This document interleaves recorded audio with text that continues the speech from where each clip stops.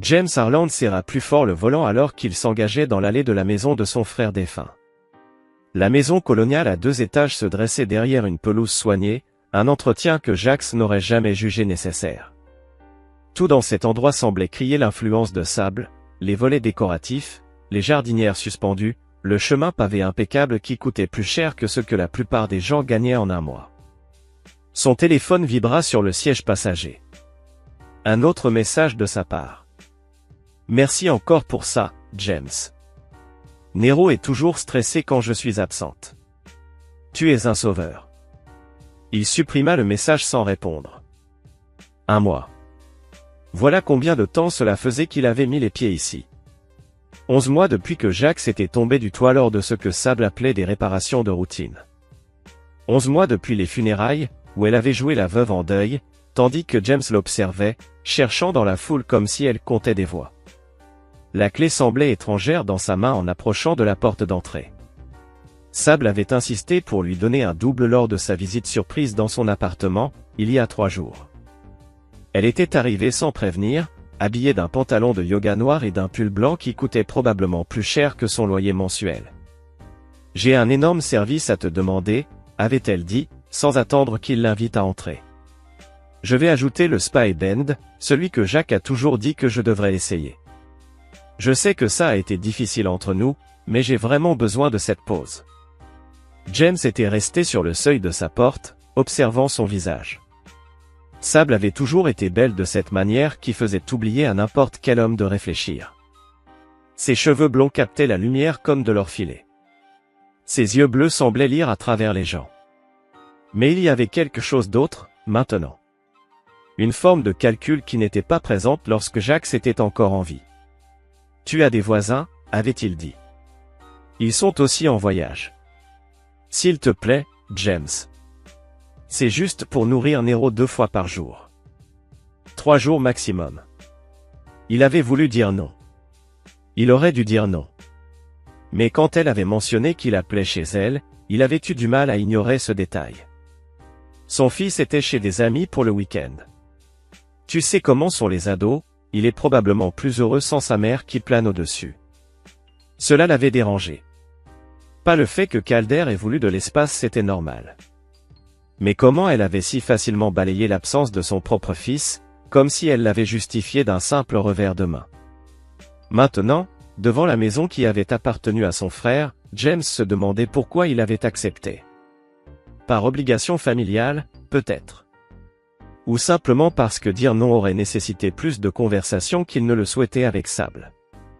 La porte d'entrée s'ouvrit sur un salon digne d'un magazine. Tout était assorti. Tout avait sa place.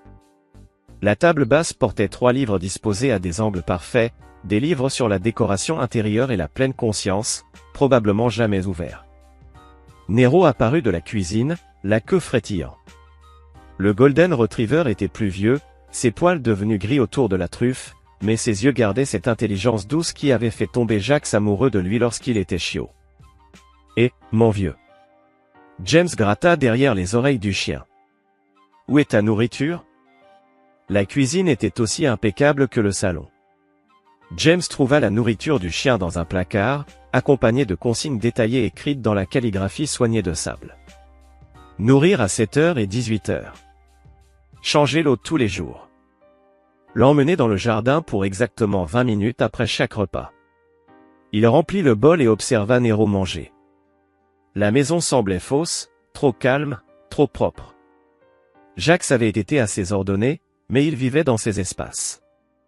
Il laissait des taches de café sur les tables, des outils sur les comptoirs, des livres ouverts sur les pages qu'il comptait reprendre. Cet endroit ressemblait plutôt à une vitrine. Un bruit de grattement se fit entendre quelque part à l'étage. Persistant, délibéré. James regarda Nero, qui avait cessé de manger pour fixer le plafond. « C'est quoi ce bruit ?» Le chien gémit et se dirigea vers l'escalier. Le bruit de grattement se fit à nouveau entendre lorsque James atteignit le 2e étage.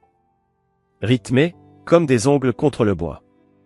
Nero le conduisit dans le couloir, en passant devant la chambre principale et la chambre d'amis, jusqu'à une porte.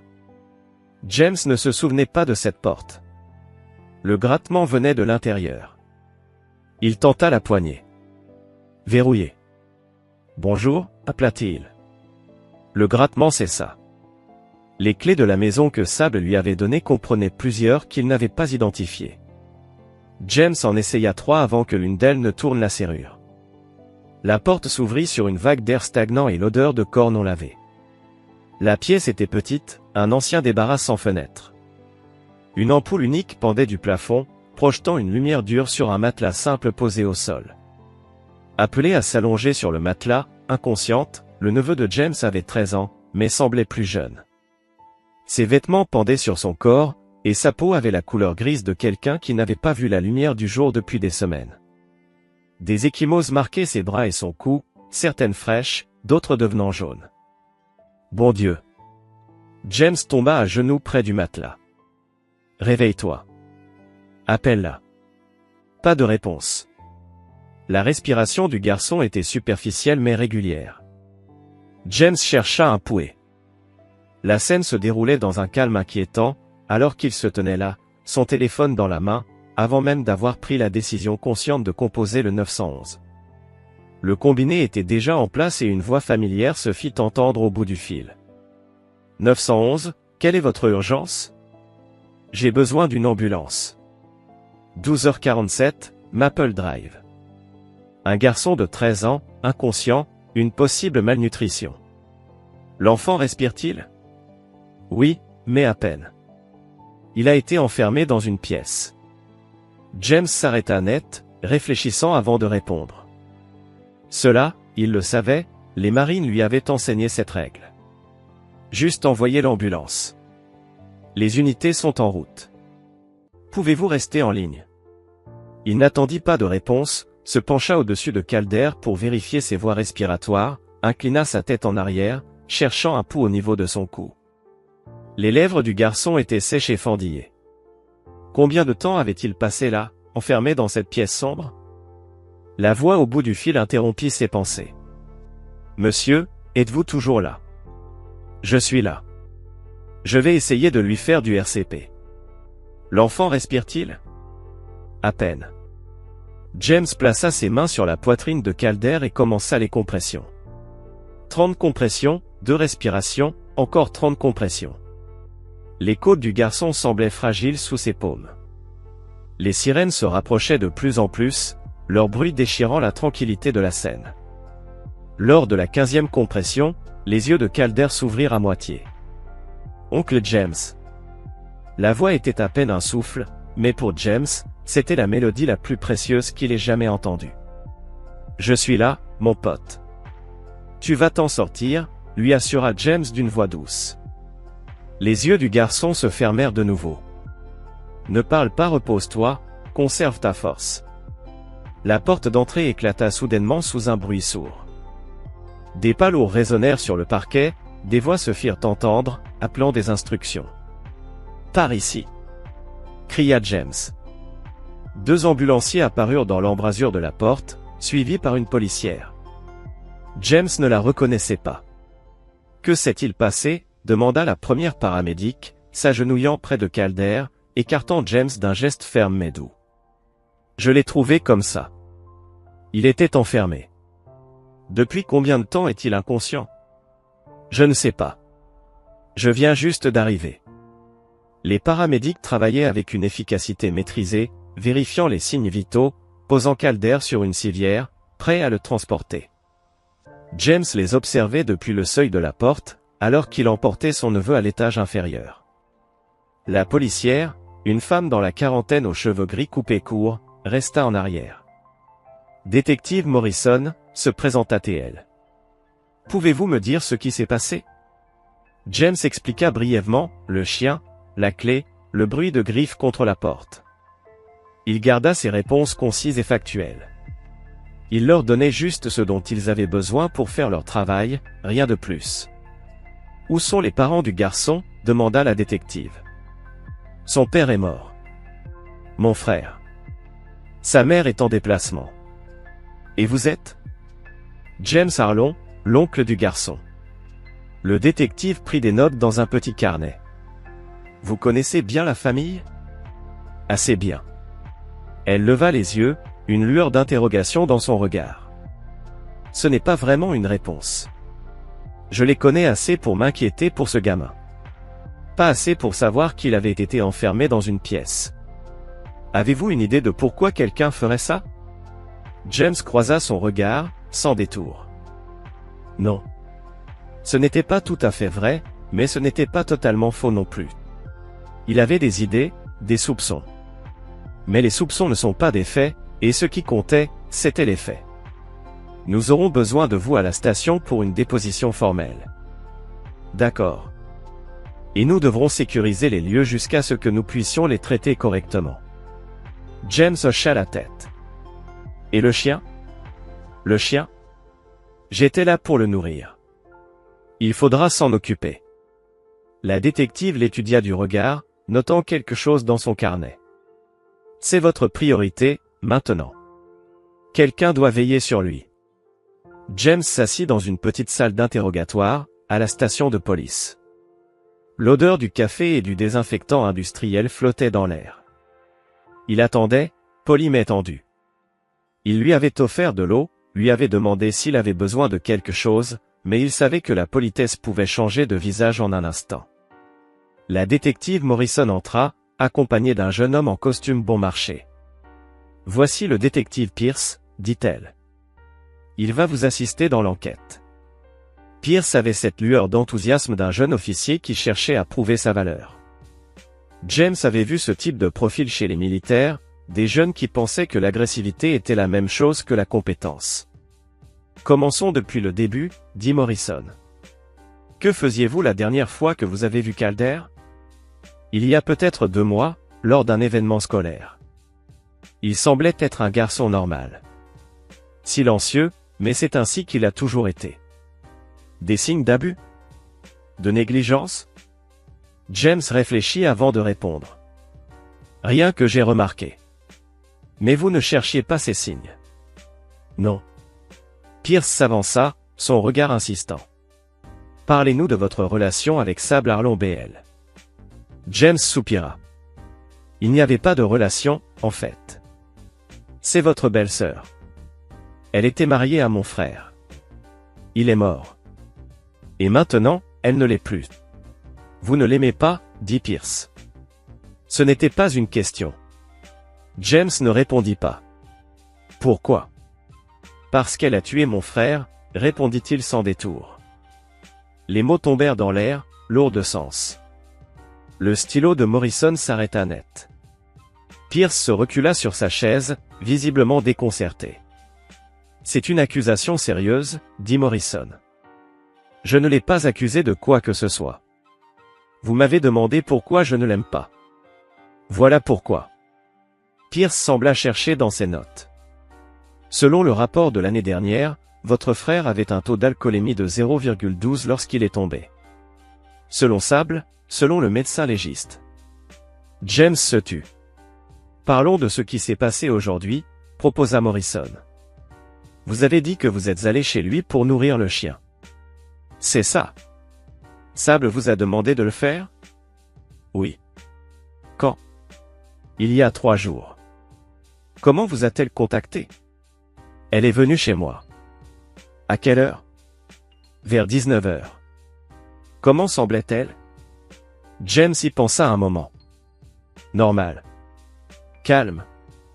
Comme si elle me demandait de récupérer son nettoyage à sec. Et vous avez accepté de l'aider? Oui. Alors même que vous croyez qu'elle a tué votre frère. Je ne l'ai pas fait pour elle. Pour qui alors? Pour le chien. Et puis elle l'a appelé. Pierce intervint. En parlant de Calder, vous lui avez pratiqué la RCP. Il ne respirait pas correctement. Vous avez une formation médicale? Les premiers secours. Vous avez servi dans l'armée? Marine. Combien d'années? 8 ans. Vous avez vu des combats? James fixa Pierce d'un regard perçant. Et qu'est-ce que cela a à voir avec quoi que ce soit? J'essaie juste de comprendre le tableau complet. Morrison intervint. Elle a tiré sur son partenaire. Un regard sévère s'échangea entre les deux détectives. Concentrons-nous sur aujourd'hui. Quand vous avez trouvé Calder, l'avez-vous déplacé? Seulement pour vérifier son pouls et sa respiration. Avez-vous touché son cou pour vérifier son pouls? Oui. Autre part? Sa poitrine pour la RCP. Les détectives échangèrent un regard que James n'apprécia pas. Quoi? Demanda-t-il. Nous aurons besoin de prendre des photos. Morrison expliqua. Pour des raisons d'élimination. Quelle main exactement? Il y avait des marques sur le cou de Calder. Nous devons écarter la possibilité qu'elles proviennent de vous pendant que vous lui apportiez les premiers secours. James tendit ses mains. Prenez vos photos. Pierce sortit de la pièce et revint avec un appareil photo. Il photographia les mains de James sous plusieurs angles, en prêtant une attention particulière à ces angles. Nous aurons aussi besoin d'un échantillon d'ADN, ajouta Morrison. Pour élimination. Exactement. James ouvrit la bouche et laissa Pierce lui prélever un échantillon à l'intérieur de la joue. Tout semblait routinier, mais quelque chose clochait. Les questions étaient trop ciblées. Les échantillons d'élimination, trop minutieux. Encore une chose, dit Morrison. Nous avons trouvé quelque chose à la maison. Nous aimerions que vous l'expliquiez. Elle produisit un sac de preuves contenant un petit flacon en verre. Reconnaissez-vous ceci? James se pencha en avant. Le flacon portait une étiquette de pharmacie. Son nom était clairement imprimé sur l'autocollant blanc. Ce n'est pas le mien. Votre nom y figure. Je sais bien. Ce n'est toujours pas le mien. Quel genre de médicament prenez-vous, monsieur Aaron? Je ne prends rien. Pas de prescription? Non. Pierce nota quelque chose. Quand avez-vous vu un médecin pour la dernière fois? Un contrôle physique à la VA, il y a 2 ans. Un traitement pour des troubles mentaux? Non. L'étiquette indique qu'il s'agit d'un sédatif, dit Morrison. Prescrit par le docteur Martinez, à Westside Family Practice. Je ne suis jamais allé à Westside Family Practice. Alors comment votre nom s'est-il retrouvé sur cette ordonnance? Je n'en ai aucune idée, mais il commençait à en avoir une. Les pièces du puzzle se mettaient en place. La pièce verrouillée, le timing, les questions minutieuses sur ses mains et son contact avec Calder. Suis-je en état d'arrestation? Devrait-on vous arrêter? Je n'ai pas fait de mal à ce gamin. Nous n'avons jamais dit que vous l'aviez fait. James se leva brusquement. Si je ne suis pas en état d'arrestation, je m'en vais. Morrison leva la main pour l'arrêter. Asseyez-vous, monsieur Aaron. Il y a une dernière chose. Elle produisit un second sac de preuves. Celui-ci contenait un petit enregistreur numérique. Nous avons trouvé ceci sur le comptoir de la cuisine de sable. Il ne contenait qu'un message. Elle appuya sur « Play ». La voix de Sable emplit la pièce, déformée par des interférences mais toujours clairement audible. Appelle-la. Chérie, je veux que tu restes dans ta chambre pendant que je suis parti. Oncle James devient parfois en colère et je ne veux pas qu'il te fâche. Il a un tempérament, tu sais. Reste tranquille et tout ira bien. L'enregistrement s'arrêta net. James fixa l'appareil. Elle a laissé ça pour que vous le trouviez. Pourquoi ferait-elle cela? Parce qu'elle essaie de me piéger. Pierce rit. C'est un peu paranoïaque comme raisonnement. Est-ce vraiment le cas? Rétorqua James. Mon neveu est trouvé enfermé dans une pièce. Il y a un sédatif portant mon nom. Et maintenant, un enregistrement bien pratique qui suggère que je suis dangereux. Peut-être parce que vous êtes dangereux, dit Pierce. Morrison lui jeta un regard noir, mais James perçut une certaine pensée commune dans son expression. Nous aurons besoin que vous restiez en ville pendant notre enquête, dit Morrison. Suis-je un suspect? Vous êtes une personne d'intérêt. Dans quoi? Tentative de meurtre. Les mots frappèrent James comme un coup physique. Il savait que cela allait arriver, mais entendre ces mots à haute voix le rendait réel. Je veux un avocat. C'est votre droit. Mais avant que vous ne passiez cet appel, sachez que nous avons contacté Sable. Elle raccourcit son voyage pour rentrer chez elle. Je n'en doute pas. Elle est très inquiète pour vous, monsieur Aaron. Elle dit que vous êtes instable depuis la mort de votre frère. En colère. Elle a même mentionné que vous aviez récemment eu quelques soucis juridiques. James sentit sa mâchoire se contracter. Quel genre de problème juridique? Une ordonnance restrictive déposée par votre ex-femme lors d'une dispute pour la garde de votre enfant. Elle a été annulée, mais elle a été déposée pour vous nuire. Tout comme ce jeu que Sable joue. Morrison ferma son carnet. Nous vous contacterons, monsieur Aaron. Ne quittez pas la ville. James sortit de la station et se retrouva sous la lumière du soleil de l'après-midi. Son camion était garé sur le parking, mais il n'y monta pas tout de suite. Il resta là, perdu dans ses pensées. Sable avait joué cette partie à la perfection. Le timing, l'épreuve, le piège. Elle l'avait probablement planifié depuis le moment où elle avait frappé à sa porte il y a 3 jours. La question qui se posait était, pourquoi? Son téléphone vibra. Numéro inconnu. James Aaron? Monsieur Aaron, ici News Channel 8. Nous préparons un reportage sur la situation avec votre neveu. Souhaitez-vous faire une déclaration? James raccrocha. Le téléphone sonna de nouveau, immédiatement. Un autre numéro. Il éteignit le téléphone. Il monta dans son camion, son esprit tourné vers ce qu'il allait découvrir une fois arrivé chez lui. Lorsqu'il se gara devant son appartement, il aperçut 2 camionnettes de journalistes garées dans la rue. Le bruit de la sonnette de sa porte le tira de son sommeil. À travers le Judas, il aperçut un homme d'une 60aine d'années, les cheveux grisonnants et les mains marquées par le travail. C'était Clem Brody, un vieil ami de longue date. Il se tenait sur le pas de la porte, tenant un sac en papier et un thermos. « Je me suis dit que tu pourrais avoir besoin de petit déjeuner, dit Clem en souriant quand James ouvrit la porte.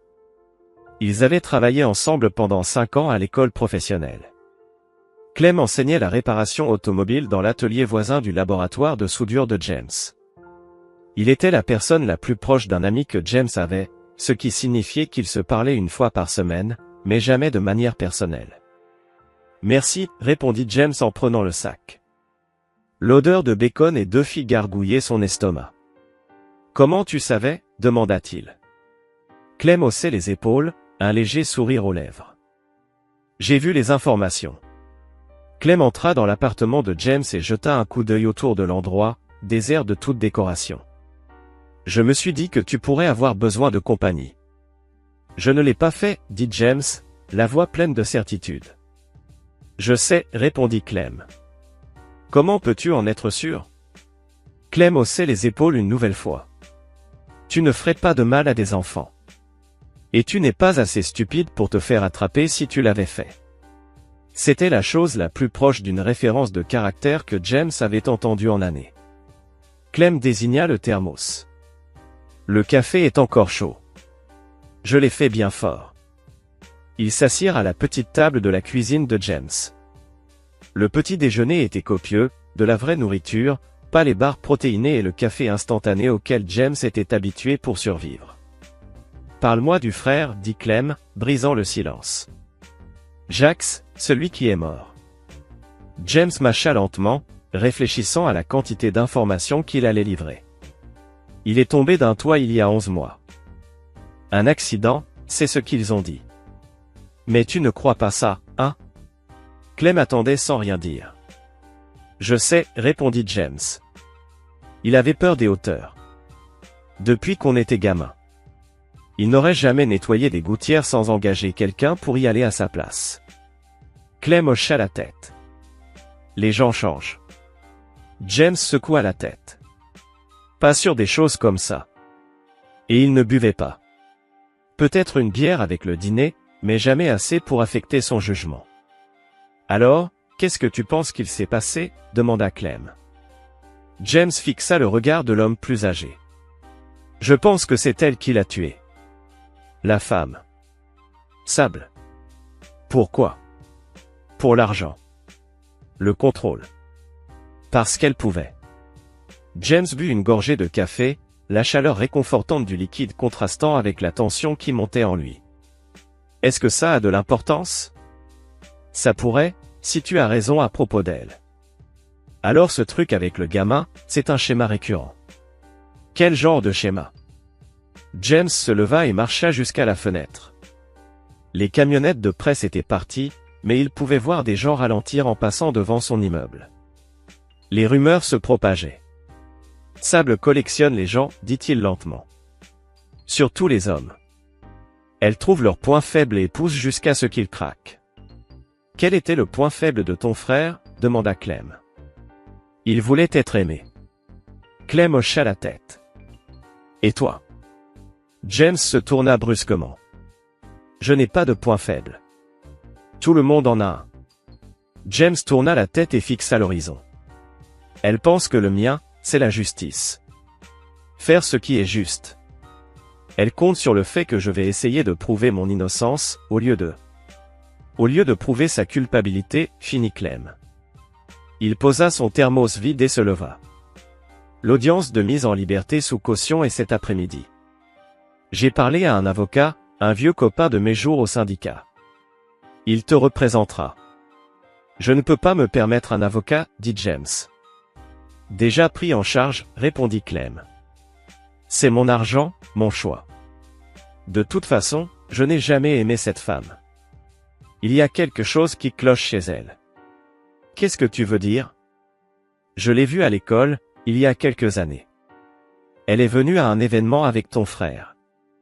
Elle a passé tout le temps à observer les gens, au lieu de leur parler, comme si elle prenait des notes. James se souvint de cette soirée, une collecte de fonds pour du nouvel équipement. Jax avait été fier de montrer Sable à ses collègues. Elle semblait tout analyser dans la pièce, comme une inspectrice invisible. Elle cartographiait la pièce, murmura James. Quoi? Clem n'avait pas entendu. Rien. Je réfléchissais tout haut, répondit James. Clem s'avança vers la porte, prêt à partir. Encore une chose. Le gamin l'a appelé. Comment va-t-il? Je ne sais pas. Ils ne veulent pas que je le voie. Parce que tu es suspect. Parce que sa mère ne veut pas que je le voie. Peut-être les deux, dit Clem en hochant la tête. Après son départ, James se retrouva seul dans son appartement, plongé dans ses pensées. Il se concentra sur un détail étrange, Sable avait une emprise sur les hommes autour d'elle. Jax avait l'argent de l'entreprise de construction de leur père. James avait sa crédibilité, du moins jusqu'à maintenant. Mais que voulait-elle de Calder? Son téléphone vibra. Un message d'un numéro inconnu. C'est Rena Dupont. On a servi ensemble en Afghanistan. On peut se voir? James fixa l'écran. Il se souvenait de Rena, sergent-chef dans la police militaire. Intelligente, coriace, inflexible. Que faisait-elle en Oregon? Il répondit rapidement. Quand t'es où? Au Déniès sur la route 99. 1 heure. L'audience de mise en liberté se passa mieux que prévu.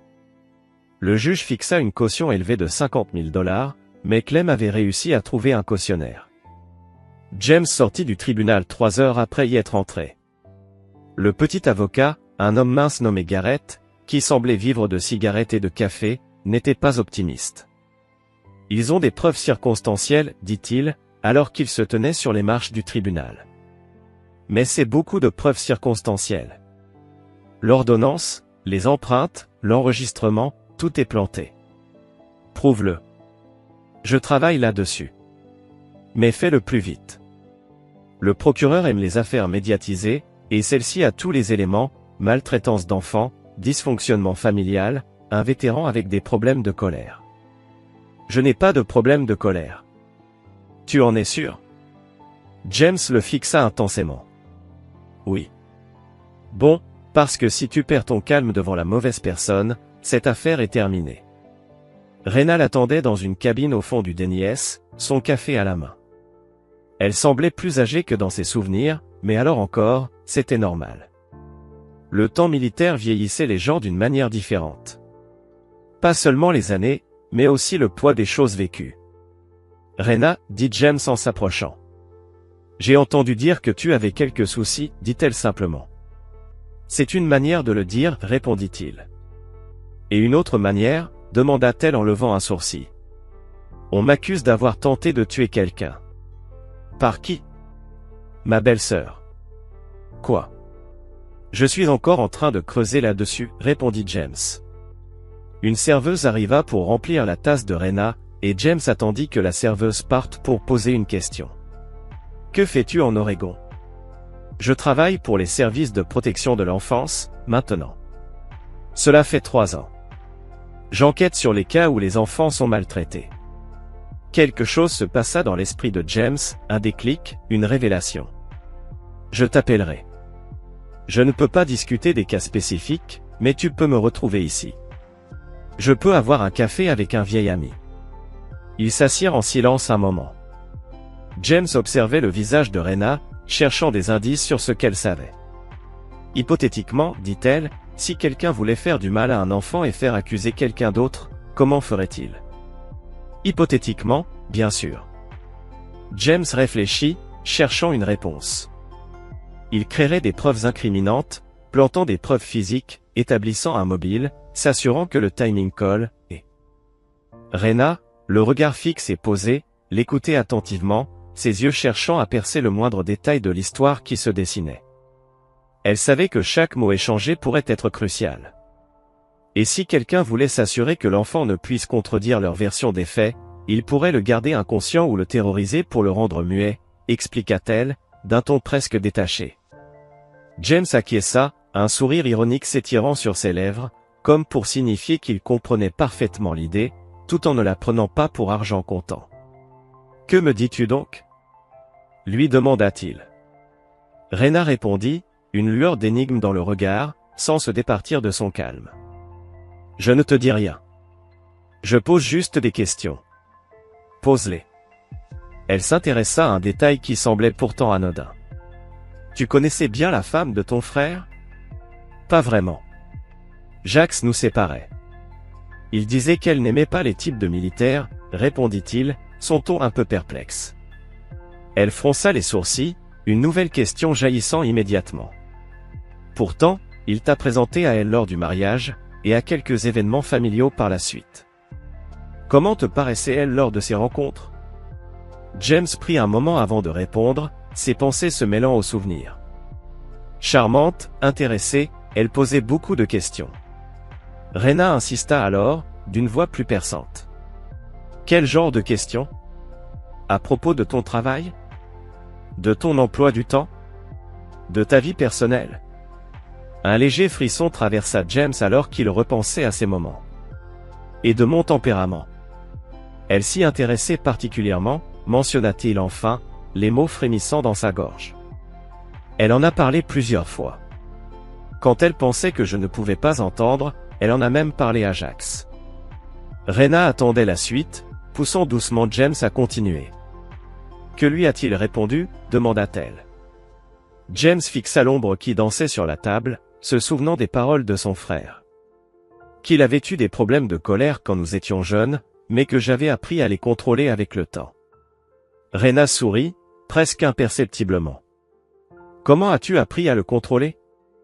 Avec de la pratique, et des conséquences, répondit-il après un long silence. Rena pencha la tête en avant, ses yeux brillants de curiosité. Quel genre de conséquences? James se remit à réfléchir, et ses mots tombèrent comme des éclats de verre. Celles qui t'apprennent à réfléchir avant d'agir. Rena se recula légèrement, puis, comme si une idée venait de germer dans son esprit, elle ajouta d'une voix mesurée. Hypothétiquement, si quelqu'un voulait te faire porter le chapeau pour quelque chose, ton passé avec la colère serait un atout précieux, n'est-ce pas? Elle s'interrompit un instant, son regard devenant plus perçant. Et si cette personne avait accès à tes informations personnelles, numéro de sécurité sociale, date de naissance, elle pourrait probablement obtenir une ordonnance sous ton nom. James, soudainement éclairé par cette possibilité, frissonna à l'idée que ses propres informations aient pu être utilisées contre lui. Comment pourrait-elle obtenir ces informations? Rena haussait les épaules, l'air détaché. Les membres de la famille ont souvent accès aux documents personnels des uns et des autres. Les pièces du puzzle se mettaient lentement en place dans l'esprit de James, et il sentit une vague de compréhension l'envahir. Elle avait accès au dossier de Jax, et Jax aurait eu mes informations pour les contacts d'urgence. Un silence lourd s'installa alors entre eux, et Rena brisa cette tension avec une nouvelle question, l'air calculé. Et l'enregistrement? Celui où elle avertit Calder à propos de toi. James se figea, incertain, avant de répondre. Hypothétiquement, cet enregistrement serait facile à falsifier, surtout si on dispose d'un enregistreur numérique et d'un logiciel de montage de base, en plus du bon timing. Rena acquiesça lentement, comme si tout cela lui semblait évident. Et cette demande de garder le chien, il y a 3 jours? Elle aurait eu besoin de temps pour organiser tout cela, l'ordonnance, l'enregistrement, et faire en sorte que Calder se retrouve dans cette pièce. James acquiesça, son visage marqué par une inquiétude qui devenait de plus en plus tangible. Hypothétiquement, si quelqu'un préparait quelque chose comme ça, cela se serait fait bien à l'avance, dit-elle, sa voix tout à coup plus basse. Combien de temps à l'avance? Demanda James, un frisson glacé courant dans son dos. Rena le fixa, ses yeux profonds, impénétrables. Des mois, peut-être plus longtemps. Le vent semblait s'être levé dans l'esprit de James, une sensation glacée s'étendant dans ses membres. Ça fait sens. Depuis la mort de Jax, tout cela prend forme. Ils terminèrent leur café dans un silence lourd, comme si chacun digérait les informations échangées. Quand le moment de se séparer arriva, Rena tendit une carte de visite à James. Si tu te souviens de quelque chose d'autre concernant tes interactions avec ta belle-sœur, appelle-moi. James la fixa un instant, avant de lui répondre, la voix teintée de méfiance. Pourras-tu m'aider? Rena plongea son regard dans le sien, et ses mots, presque un défi, tombèrent comme une promesse. Je ferai ce que je peux. Dans les limites de mon travail, et en dehors de ces limites, Elle marqua une pause, un sourire presque imperceptible effleurant ses lèvres. Je n'ai pas entendu cette question. James partit, la tête pleine de pensées tourbillonnantes.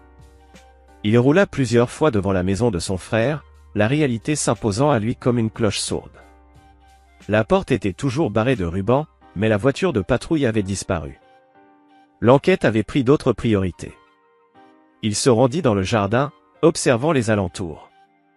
La maison des Henderson, à gauche, était habitée par des personnes âgées qui ne sortaient que rarement. La maison à droite était vide. Le panneau « à vendre » planté dans le jardin depuis des mois semblait un symbole d'abandon. James se dirigea vers le garage, se rappelant d'un vieux réflexe de son enfance, Jax avait l'habitude de cacher des clés sous les pots de fleurs.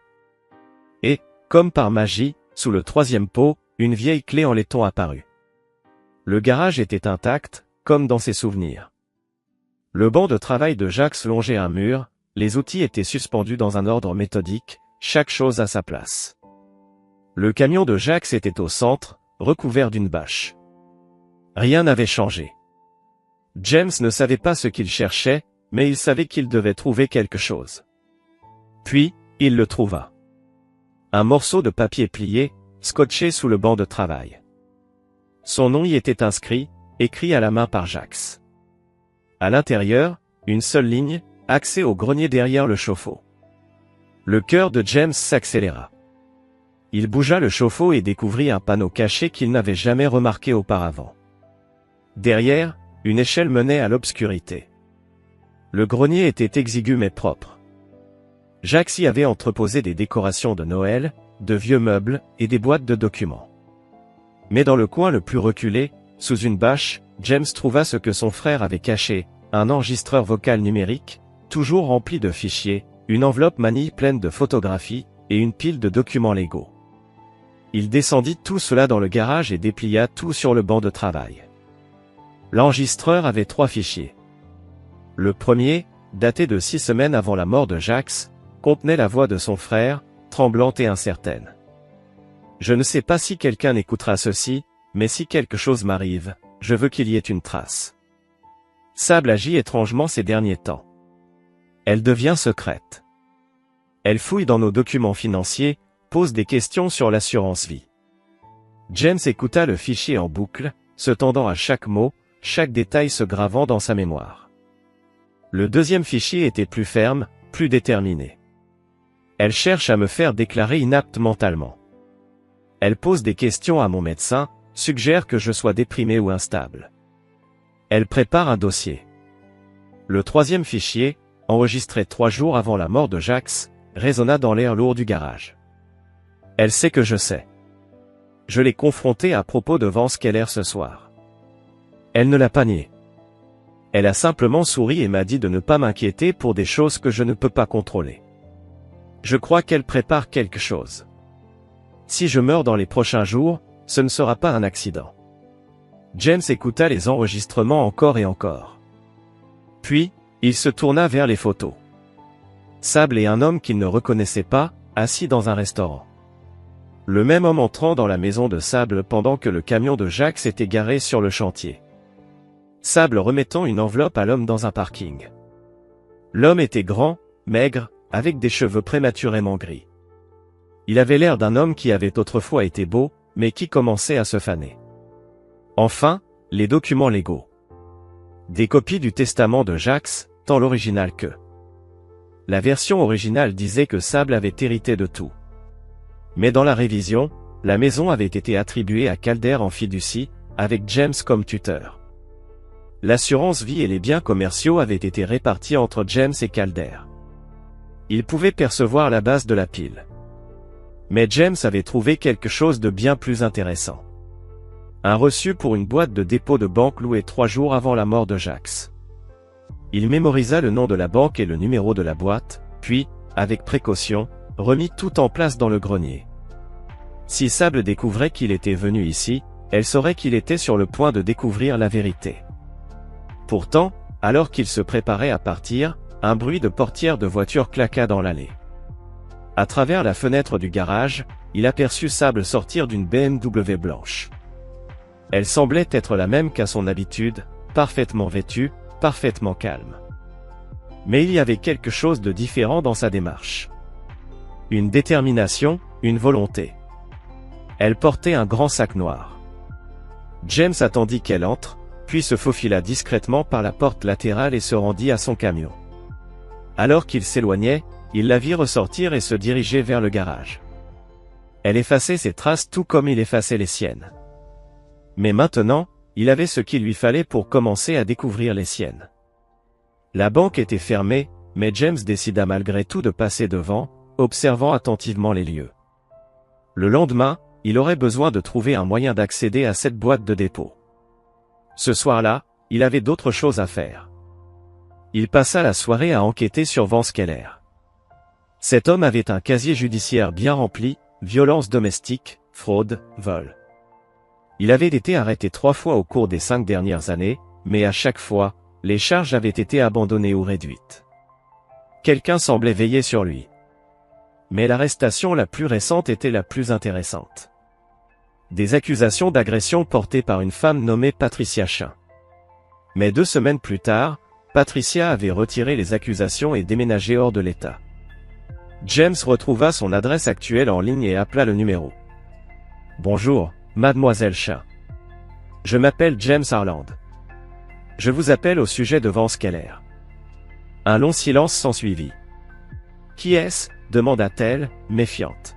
« Quelqu'un qui pense que Vance Keller a fait du mal à ma famille. »« Je ne peux pas parler de ça. S'il vous plaît, j'ai juste besoin de savoir. Il est dangereux. Éloignez-vous de lui. Je ne sais pas où il est. Il a disparu il y a environ 3 mois, expliqua-t-elle. Il a cessé de se montrer, d'appeler. Son propriétaire a dit qu'il était parti en pleine nuit, 3 mois auparavant. Ce qui correspondrait à peu près à 2 mois après la mort de Jax. Mademoiselle Chin, est-ce que quelqu'un vous a demandé de retirer les accusations ? Je ne peux pas. S'il vous plaît. Une autre pause. Puis elle parla, la voix tremblante. Une femme, blonde, bien habillée. Elle m'a proposé de l'argent pour m'éloigner et oublier Vance. Combien d'argent ? Demanda James, pressant. Assez, répondit-elle. Quel était son nom ? Elle a dit qu'elle était sa sœur. Mais je ne pense pas que ce soit vrai. Pourquoi ? Parce que les sœurs ne regardent pas leur frère comme elle le regardait. Le cœur de James se serra. Quelque chose en lui s'emballa. Comment le regardait-elle? Comme s'il était jetable. Le lendemain matin, James se rendit à la banque dès l'ouverture. Il apporta des copies du certificat de décès de Jacques et de sa propre pièce d'identité, espérant que cela suffirait pour accéder à la boîte de dépôt. Ce ne fut pas le cas. Désolé, monsieur Harland, dit le directeur de la banque. Seul le locataire de la boîte ou une personne munie d'un ordre du tribunal peut accéder au contenu. Mon frère est mort, répondit James. Je comprends, mais sans la documentation appropriée. Vous aurez besoin de lettres d'administration ou d'un ordre de la cour, ou d'un statut exécutif. James quitta la banque, frustré mais pas découragé. Il y avait d'autres moyens de récolter des informations. L'après-midi, il passa du temps à la bibliothèque, utilisant leurs ordinateurs pour approfondir ses recherches sur Vance Keller. Ce qu'il découvrit lui glaça le sang. Vance avait un schéma. Il avait été lié à 3 décès suspects au cours des 10 dernières années, tous classés comme accidents ou suicides, et impliquant des femmes qui avaient porté plainte contre lui. Patricia Chain avait eu de la chance de s'en sortir vivante. Mais ce qui était encore plus inquiétant, c'était ce que James découvrit à propos de la disparition de Vance. Sa voiture avait été retrouvée abandonnée dans un parking près du fleuve Columbia, juste de l'autre côté de la frontière de l'État de Washington. Les clés étaient toujours dans le contact. Son portefeuille était sur le siège avant, l'argent intact. La police avait enquêté brièvement, mais sans preuve de jeu déloyal et sans famille pour faire pression, l'affaire était rapidement tombée dans l'oubli. James se rendit sur les lieux où la voiture avait été retrouvée. Le parking servait de point de lancement pour les bateaux et de zone de pêche, suffisamment isolé pour qu'une voiture puisse rester là plusieurs jours sans être remarquée. Il se rendit à l'eau, essayant de s'imaginer ce qui avait pu se passer. Si quelqu'un avait voulu se débarrasser de Vance, cet endroit aurait été parfait. Des eaux profondes, un courant puissant, et de nombreux endroits où un corps pouvait disparaître. Mais pourquoi Sable voudrait-elle la mort de Vance?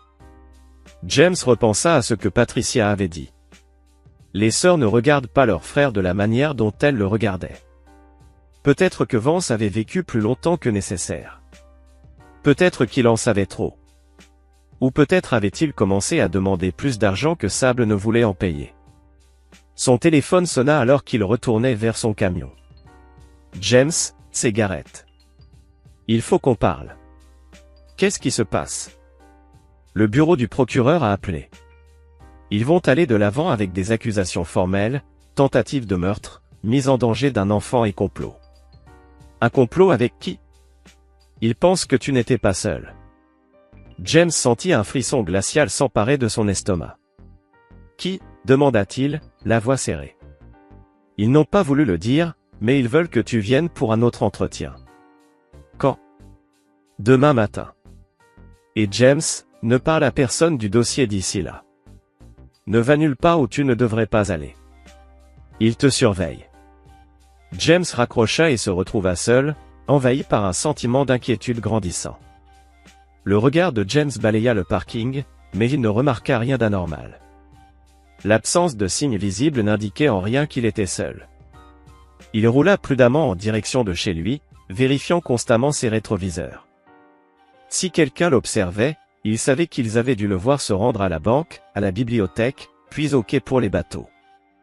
Il commencerait probablement à assembler les pièces du puzzle, et cela signifiait qu'il devait agir plus vite. Le soir venu, il décida de passer un coup de fil à Rena. « Je ne peux pas te voir en personne, » répondit-elle au téléphone, « mais j'ai quelques minutes à te consacrer. J'ai trouvé des preuves concernant la mort de mon frère.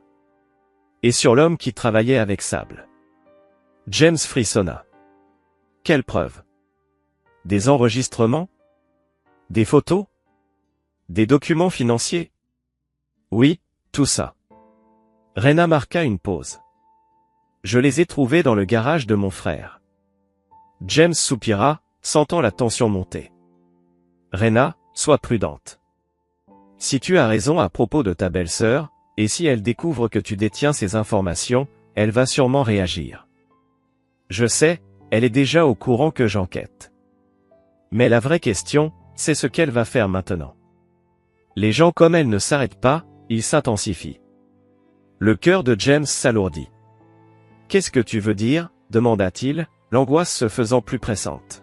« Si elle t'a piégé pour l'agression de Calder et que ça n'a pas marché, elle essaiera autre chose, quelque chose de plus grave. » James se figea, une pensée macabre traversa son esprit. Quelque chose de pire que la tentative de meurtre? Un meurtre réel? Qui est-ce qui serait tué, toi? Ou Calder? Ou peut-être les deux? Le silence s'installa brièvement avant que Rena ne reprenne d'une voix plus calme. J'ai peut-être une solution, mais elle serait officieuse. James leva un sourcil. Quel genre de solution? Je pourrais organiser le transfert de Calder dans un établissement plus sûr. Et je pourrais m'assurer qu'il soit disponible pour parler aux bonnes personnes lorsque le moment sera venu. Et ce que tu veux de ma part? Des preuves. Des preuves solides, pas seulement des enregistrements et des photos. Quelque chose qui tiendrait devant un tribunal. Je travaille dessus, répondit-il, la tension palpable dans sa voix. Mais il faut que tu fasses vite. J'ai un mauvais pressentiment, on manque de temps. Quand Rena raccrocha, James resta un moment immobile, son esprit en ébullition. Le coffre-fort était toujours verrouillé, mais il y avait d'autres moyens d'obtenir les informations dont il avait besoin. Il prit un papier et commença à lister toutes les personnes susceptibles de connaître la relation entre Sable et Vance. L'enquêteur privé engagé par Jax, les voisins qui auraient pu les voir ensemble, les employés de la banque qui avaient peut-être traité des paiements. Mais à mesure qu'il écrivait, une pensée plus sombre s'imposa à lui. Si Sable avait tué Vance pour dissimuler ses actes, il y aurait des preuves. Des enregistrements téléphoniques, des transactions financières, peut-être même des preuves physiques. Il lui suffisait de savoir où chercher. Soudain, son téléphone vibra. Un message d'un numéro inconnu, « Arrête de fouiller ou rejoins ton frère ». James fixa l'écran quelques secondes, le cœur battant avant de supprimer le message. Ce n'était pas une menace en l'air. Il se rapprochait trop de la vérité, et elle était suffisamment nerveuse pour tenter de l'intimider. Mais pour la première fois depuis le début de cette enquête, un sourire se dessina sur son visage. Quel essai! Le matin suivant, à 6 heures, le téléphone de James sonna. « Monsieur Harland ?» Docteur Martinez à l'hôpital Sacred Heart. Calder Harland est réveillé et il demande après vous. James s'habilla en hâte et se rendit à l'hôpital. En 10 minutes, il était dans son camion, traversant les rues vides du matin. Les couloirs de l'hôpital sentaient le désinfectant et la peur. Arrivé au 3e étage, il s'arrêta devant la chambre de Calder, mais un garde de sécurité lui barria la route. « Désolé, monsieur, uniquement la famille. »« Je suis de la famille. »« Pas selon la liste. » James jeta un coup d'œil par la petite fenêtre de la porte. Calder était assis dans son lit, en pleine conversation avec une femme en costume. Même de loin, James remarqua que son neveu semblait alerte et conscient. « Vous pouvez au moins lui dire que je suis là. » Le garde hésita puis se rendit dans la chambre. Après un instant, il en ressortit et s'approcha de James. « Monsieur Harland, je suis Sarah Kim des services de protection de l'enfance. Calder a demandé à vous voir. Puis-je le voir? Il y a quelques complications. » Quelle sorte de complications? Vous êtes actuellement sous enquête pour l'agression de Calder. James blêmit. Je ne l'ai pas agressé. Ce n'est pas à moi de décider, répondit-elle calmement. Mais Calder a des choses à vous dire. Des choses qui pourraient être importantes pour votre affaire. Les deux prirent place dans une petite salle de consultation. Sarah Kim, bien plus jeune que James ne l'avait imaginé, le regardait avec des yeux sérieux et des mains mesurées. Calder dit que sa mère l'a enfermé dans cette pièce, commença-t-elle sans détour. Combien de temps est-il resté là? 3 jours. Elle lui a dit qu'elle partait en voyage et qu'il devait rester caché jusqu'à son retour. James se pencha en avant. Pourquoi ferait-elle ça? Il dit qu'elle était en colère à propos de quelque chose qui vous concerne. James frissonna. Que lui a-t-elle dit à mon sujet? Que vous étiez dangereux. Que vous vouliez lui faire du mal. Que la seule façon de le protéger était de vous tenir éloigné. Elle marqua une pause. Et Calder a cru ça. Il a cru sa mère. James se sentit lourd de tristesse. Qu'est-ce qui a changé? Quand vous l'avez trouvé dans cette pièce, vous avez immédiatement appelé le 911. Vous lui avez fait des manœuvres de réanimation. Vous êtes resté avec lui jusqu'à l'arrivée des secours. Si vous aviez voulu lui faire du mal, vous aviez la parfaite occasion. Mais vous lui avez sauvé la vie. Un silence s'installa entre eux avant que Sarah Kim ne reprenne la parole. Il y a autre chose. Calder se souvient que sa mère lui a donné quelque chose à boire avant de l'enfermer dans la pièce. Quelque chose qui l'a endormi. Un sédatif, probablement. Nous attendons encore les résultats des tests sanguins. Puis-je le voir maintenant? Sarah Kim acquiesça. 5 minutes. Je resterai dans la pièce pendant tout le temps. Quand James entra dans la chambre, Calder semblait plus petit dans son lit d'hôpital, mais ses yeux étaient clairs et concentrés. Dès qu'il aperçut son oncle, son visage s'illumina. Oncle James. James s'assit près de lui, un sourire fatigué mais sincère aux lèvres. Comment tu te sens? Mieux. Les médecins disent que je vais m'en sortir. James sentit un poids s'enlever de ses épaules. Je suis content. Calder fixa Sarah Kim, puis James. J'ai dit la vérité à propos de maman. À propos de ce qu'elle a fait. James hocha la tête. Je sais. Elle disait que tu étais dangereux. Mais tu n'es pas comme ça, n'est-ce pas? James plongea ses yeux dans ceux de son neveu.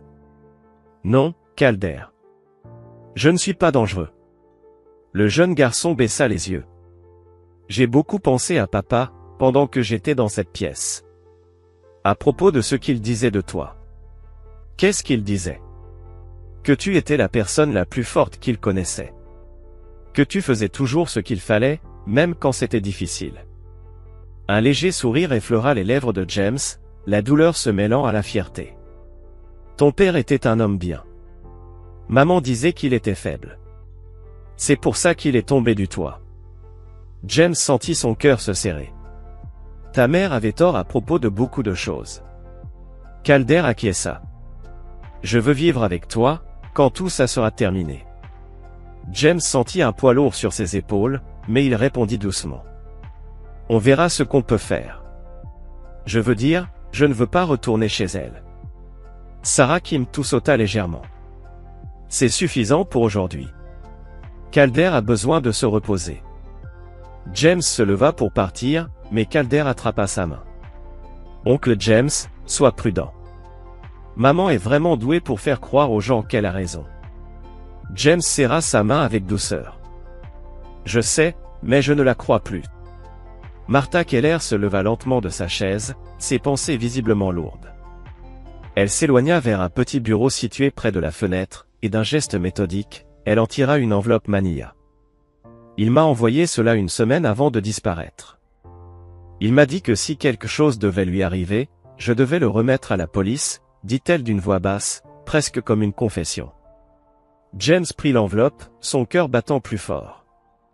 Il l'ouvrit délicatement, découvrant à l'intérieur des photographies, des relevés bancaires et une lettre manuscrite. Les photos montraient Sable et Vance ensemble, prises dans différents lieux, mais il ne s'agissait pas de photos de surveillance. Non, ce étaient des clichés personnels, pris par des personnes qui souhaitent conserver les souvenirs de leurs moments partagés. Les relevés bancaires étaient frappants, des virements de petits montants au départ, puis des sommes plus importantes, jusqu'à un dernier paiement de 50 000 $, daté du jour précédant la mort de Jax.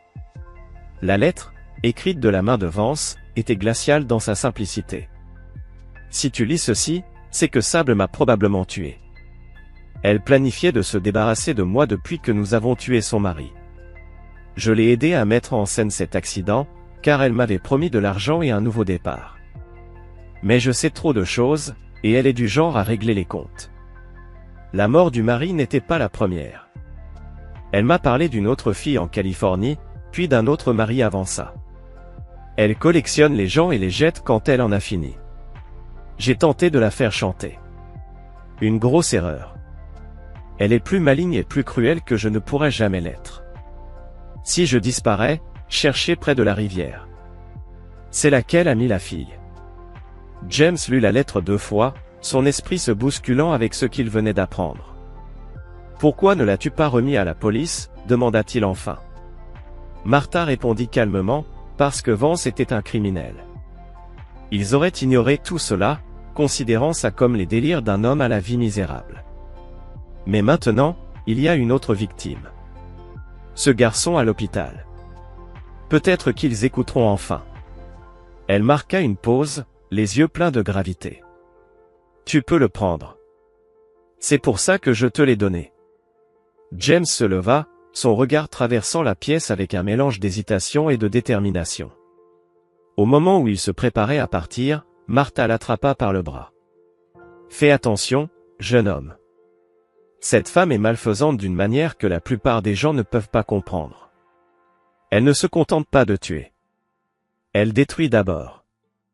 Le trajet de James jusqu'à son appartement fut marqué par un silence lourd. L'enveloppe, posée sur le siège passager, semblait presque surréaliste dans son rôle de témoin d'un complot si complexe et malveillant. Il avait désormais assez de preuves pour se laver de tout soupçon et pour faire emprisonner Sable. Mais il savait que ce ne serait pas facile. Elle ne se rendrait pas sans combattre. Son téléphone sonna alors qu'il se garait. James, c'est Garrett. Il faut qu'on se voie immédiatement. Que se passe-t-il? Répondit-il, son instinct lui disant que quelque chose n'allait pas. Le bureau du procureur a reçu un appel anonyme. Quelqu'un prétend avoir des informations sur ta relation avec Calder. Quel genre d'informations? Ils n'ont pas voulu préciser, mais une conférence de presse est prévue demain matin. Je pense qu'ils vont annoncer de nouvelles accusations. James sentit l'étau se resserrer autour de lui. Elle fait son mouvement. Qui? Demanda-t-il. Sable. Elle sait que je me rapproche, alors elle intensifie la pression. James, peu importe ce que tu prévois, laisse-moi m'en occuper par les canaux appropriés. Les canaux appropriés m'ont fait arrêter pour tentative de meurtre. Et aller en dehors de ces canaux te fera arrêter pour meurtre. James raccrocha, assis dans son camion, perdu dans ses pensées. Sable me pousse dans un coin, mais les coins peuvent aussi être des avantages, si on sait comment les utiliser. Il prit alors son téléphone et appela la rédaction de KTU News. Bonjour, c'est James Aaron. Je crois comprendre que vous couvrez l'histoire de mon neveu. Monsieur Harlon, nous serions ravis d'entendre votre version. Je suis prêt à parler, mais je veux le faire en direct lors de votre émission du soir. C'est assez inhabituel. La plupart des gens préfèrent des interviews enregistrées. Je ne suis pas comme les autres, et j'ai des informations que vos spectateurs doivent entendre. Il y eut une pause. Quel genre d'informations? Celles qui prouvent mon innocence et exposent le véritable meurtrier. Nous devrons vérifier. Vous aurez votre vérification. Retrouvons-nous sur les marches du tribunal à 17h. Apportez des caméras. Il raccrocha et appela 2 autres chaînes de télévision avec la même proposition. Puis il appela Rena. Je vais rendre tout cela public ce soir. James, c'est dangereux.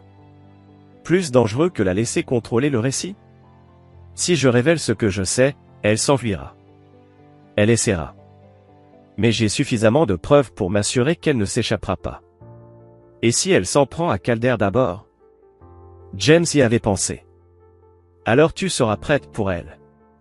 Ce soir-là, James se tenait sur les marches du tribunal, entouré de journalistes de 3 stations de télévision et de 2 journaux. Dans ses mains, l'enveloppe que lui avait donnée Martha Keller, ainsi que des copies des enregistrements trouvés dans le grenier de Jax. Mesdames et messieurs, dit-il, fixant directement les caméras, je vais vous parler d'une femme qui a tué au moins 4 personnes, peut-être plus. Une femme qui m'a fait accuser à tort de tentative de meurtre pour cacher ses propres crimes. Une femme qui se cache à la vue de tous depuis des années. Il ouvrit l'enveloppe et commença à lire. L'histoire explosa sur les écrans du journal télévisé, comme une bombe. À minuit, tous les grands médias du Pacifique Nord-Ouest diffusaient l'histoire. Le matin suivant, elle était devenue nationale. Le téléphone de James n'avait cessé de sonner, mais il l'avait éteint des heures auparavant. Il était assis dans son appartement, regardant les informations à la télévision, attendant que la prochaine étape se dévoile. Cela ne prit pas longtemps. À 7h30, l'alerte de nouvelles en continu s'affichait sur l'écran, Sable Harlem Blay arrêté dans le cadre de plusieurs meurtres. James augmenta le volume, son cœur battant plus fort.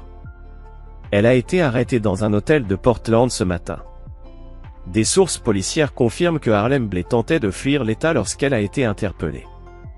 Les preuves retrouvées dans sa chambre d'hôtel incluent des faux documents d'identité et... La scène s'ouvrit sur une conférence de presse, un moment où les révélations avaient enfin éclaté. Le détective Morrison, tout en restant calme, expliqua aux journalistes que, grâce aux preuves fournies par James Harland et corroborées par leur enquête, Sable Harlem Blay avait été arrêtée. Les accusations contre elle étaient graves, meurtre au premier degré, tentative de meurtre, fraude et obstruction à la justice. De plus, l'enquête concernant la mort de Jackson Harland était officiellement rouverte. Alors qu'un journaliste cria une question parmi la foule. Et les accusations contre James Harland? Le détective répondit, implacable, toutes les charges contre Monsieur Harland ont été abandonnées. Il n'est plus suspect dans cette affaire. À ces mots, un sentiment qu'il n'avait pas ressenti depuis des mois envahit James. Un soulagement profond. Il sentit son téléphone vibrer dans sa poche. Un message de Rena. Elle avait tenté de l'appeler la veille, mais la sécurité de l'hôpital l'avait arrêté. Les enfants allaient bien. Un autre message arriva, cette fois de Clam. Félicitations, les bières sont pour moi. Et un troisième, de Garrett, l'audience de la garde a été fixée pour la semaine prochaine. Apporte des mouchoirs, tu en auras besoin. Le cœur de James se serra un instant avant qu'il n'enclenche le moteur de sa voiture, se dirigeant vers l'hôpital. Il s'attendait à y trouver une horde de journalistes campant devant, mais à sa surprise, seule la circulation habituelle flottait dans l'air de la ville, les gens vaquant à leurs occupations quotidiennes, sans se douter qu'un tueur en série avait vécu parmi eux pendant des années. Lorsqu'il arriva à l'hôpital, il monta à l'étage et trouva Calder, assis sur son lit d'hôpital, en train de déjeuner tout en regardant la couverture des nouvelles à la télévision. « Tonton James », dit-il en pointant l'écran du doigt. « C'est toi. Tu l'as eu. On l'a eu. » James sourit, mais son regard se fit plus sérieux. « Ton témoignage a été essentiel, Calder. Ce que tu as dit en cours, ça a tout changé. » Le jeune garçon, toujours affaibli par les horreurs qu'il avait vécues, regarda son oncle avec des yeux emplis d'une innocence retrouvée. « Et maintenant ?» demanda-t-il. James posa une main douce sur son épaule. « Maintenant, tu vas guérir. Et après, on verra ce qui vient ensuite. » Calder leva les yeux, plus déterminé. « Moi, je sais ce qui vient. Je vais vivre avec toi. » James hésita un instant, avant de se pencher et de lui expliquer, ce ne sera peut-être pas aussi simple. Il y a des procédures légales, des évaluations à passer. Mais Calder coupa court, peu importe. Tu es la seule famille qu'il me reste. Le visage de James se radoucit, et il lui caressa la tête. Et moi, je serai là pour toi. Toujours. Les jours suivants, l'ampleur des crimes de Sable émergea lentement, dévoilée par les policiers de 3 États qui rouvrirent plusieurs dossiers. Le FBI constitua une équipe spéciale pour enquêter sur ses activités des 10 dernières années. Les preuves étaient accablantes, des paiements avance-salaires retrouvés dans les documents financiers, des expertises numériques prouvant que l'ordonnance au nom de James était falsifiée, et des relevés téléphoniques établissant la présence de Sable près de la rivière où la voiture de Vance avait été retrouvée. Mais ce qui pesa le plus dans la balance, ce fut le témoignage de Calder. Le garçon raconta ses 3 jours passés enfermé, survivant uniquement grâce à l'eau d'une petite bouteille que sa mère lui avait laissée. Il se souvint de l'injection qu'elle lui avait administrée, de son sourire sinistre lorsqu'il lui avait demandé pourquoi elle agissait ainsi. Elle m'a dit que tonton James serait accusé de tout. Calder se souvint des mots de sa mère, les gens la croiraient, parce qu'elle était jolie et que lui était un homme en colère. Mais tonton James n'est pas en colère. Il est juste triste. Les jours passèrent, et le jour de l'audience de garde arriva. C'était un vendredi après-midi, dans une petite salle d'audience aux murs de bois et aux lumières fluorescentes. James portait la chemise la plus soignée qu'il possédait, celle que Ty Clem lui avait insisté à acheter. La juge, une femme d'une cinquantaine d'années aux yeux bienveillants, mais manifestement sans patience pour les inepties, prit la parole. Monsieur Harland, commença-t-elle, le tribunal a examiné votre parcours, votre situation financière, ainsi que les recommandations des services de protection de l'enfance. Nous avons également pris en compte les souhaits de Calder. James retint son souffle. La juge leva la main, et tout s'arrêta un instant. Compte tenu des circonstances exceptionnelles de cette affaire et du lien évident qui vous unit à votre neveu, je vous accorde la garde complète de Calder Harland, à compter de ce jour. Le marteau tomba. Et alors, Calder serra la main de son oncle, une main qu'il n'avait pas lâchée depuis. 6 mois plus tard, James et Calder se tenaient sur le terrain qui avait appartenu à Jax. La maison était plus modeste que celle de Sable, mais elle avait un air de chez soi que l'autre n'avait jamais eu. « T'es sûr de ça ?» demanda James en montant les marches du perron. « C'est là où papa a grandi. C'est là où toi aussi tu as grandi. Et moi, c'est là que je veux grandir. » Nero, le chien fidèle, monta les marches avec eux. Il avait vieilli, mais son enthousiasme était intact. Il s'était adapté à sa nouvelle vie avec la même aisance que tout bon chien qui se respecte, tant que ces gens étaient heureux, il était heureux. James ouvrit la porte d'entrée et entra dans la maison. L'odeur de sueur et de café flottait encore dans l'air, la même qu'autrefois quand leur père était encore en vie. Mais maintenant, quelque chose d'autre s'y trouvait. Un parfum d'espoir, un air de possibilité. « Tu crois qu'on sera bien ici ?» demanda Calder. James regarda son neveu, plus fort, plus sain, mais toujours marqué par les ombres du passé, des blessures qui mettraient du temps à s'effacer. Il répondit doucement, « Oui, je pense qu'on sera bien. » En explorant leur nouvelle maison, James pensa à la justice, à la patience, et au long chemin qu'il restait à parcourir après la trahison. Sable était en prison, et elle y passerait le reste de sa vie. Le corps de Vance Keller avait été retrouvé dans la rivière Columbia, lesté de chêne. La vérité avait émergé, comme la lumière du jour qui finit toujours par percer la nuit. Mais la vérité la plus importante, la plus simple, était celle-ci: parfois, la famille, c'est ceux qui sont là lorsque tout le monde s'éloigne. Depuis la cuisine, Calder cria, « Tonton James. J'ai trouvé la cafetière de papa. Tu veux qu'on essaie de la faire fonctionner ?» James sourit et se dirigea vers la voix de son neveu. « Bien sûr, mon pote. »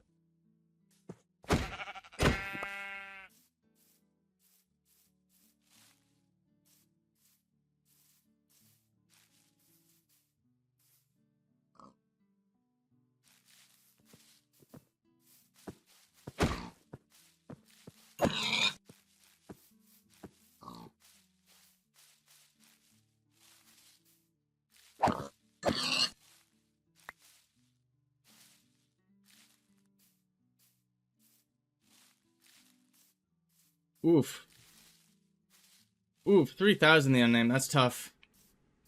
Ooh, and there goes 1,000 for Are You Sitting?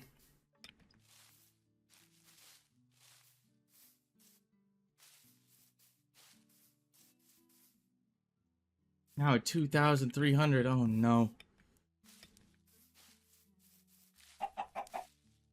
Why is the music so sad? It's about to get intense. Don't worry. Whoa. Oh, it's cool up here. This is pretty. Oh, I spawned right down there, huh?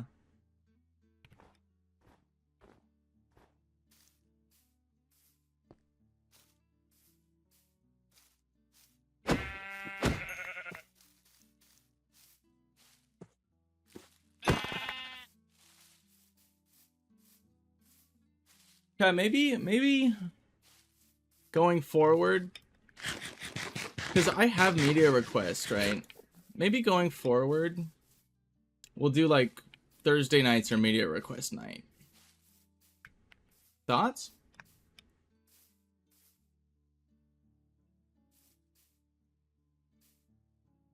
More animals. You have it on right now? No. 10k mana per request. Yes, exactly. Just to make sure people only play peak songs. Make him work for it, exactly. Make him gamble for it.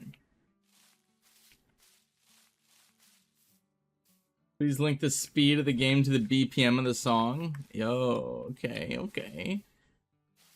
There's an idea. Guys, I might have lost my base. But I found a doggo. Oh, I can't even take him. I found an epic pupper.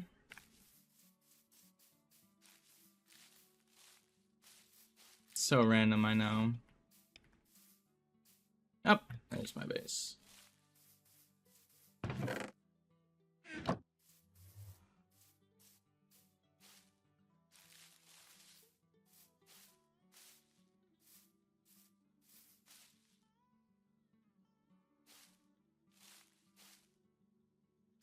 Why do I recognize the song? Oh, it's called To the Lamb? Yeah. Alright, I'm taking this dog with me to the nether. Huh? Excuse me, Fractal?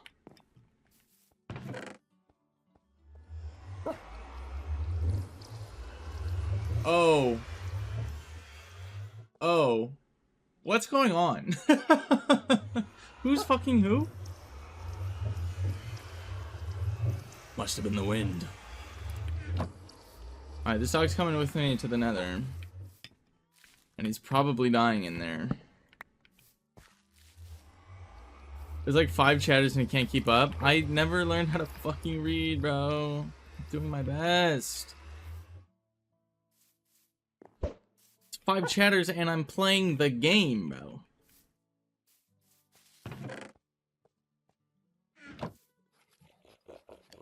Okay, I still don't have like anywhere near enough food, but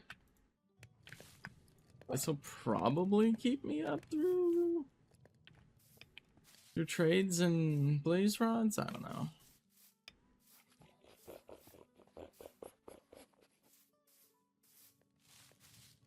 I'm trying to fuck the streamer.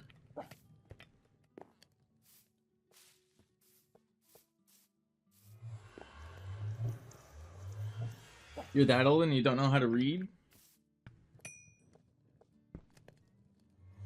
What's up? My name's Jared. 19. Never learned how to fucking read.